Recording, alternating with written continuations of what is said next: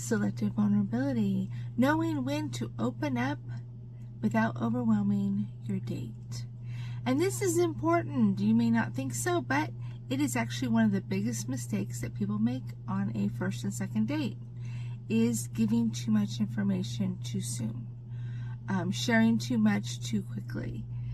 And the reason that this is a problem is most people, when they first meet somebody, on a first date, they don't want to hear your life story. They don't. Part of the fun of dating and going out with somebody and spending time with them is getting to know them. And if you dump your whole story right out of the gate, you're taking kind of the fun and some of the mystery out of that process, which is no fun for somebody. And most people don't want to hear it, right? I mean, it just sets a bad precedent. It really does. So avoid that. But the way that you go about this is, and this is not, and people get confused between authenticity and being too honest too soon. Being too honest too soon means you're giving too much information that is not necessary on a first date.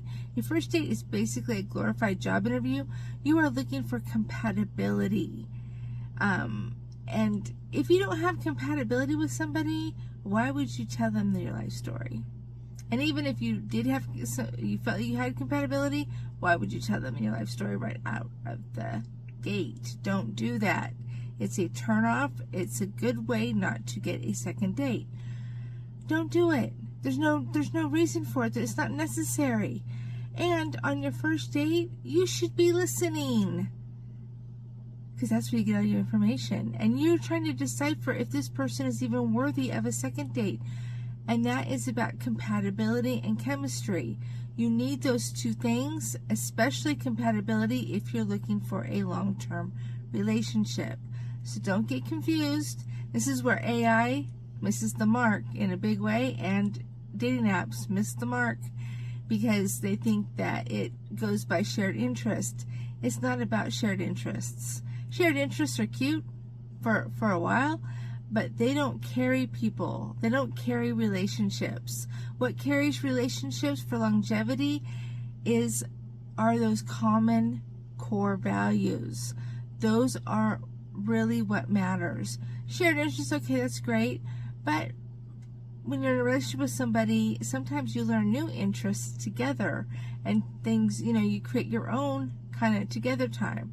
And sometimes shared interests isn't a good thing, because sometimes people need a time away, just something for them, and that's okay and that's healthy. So don't get it confused. Don't go into this looking just for shared interests, because it's probably not going to turn into anything long term. Those core values, those basic fundamental beliefs that you have, you want to find somebody that shares the same values and has the same value system.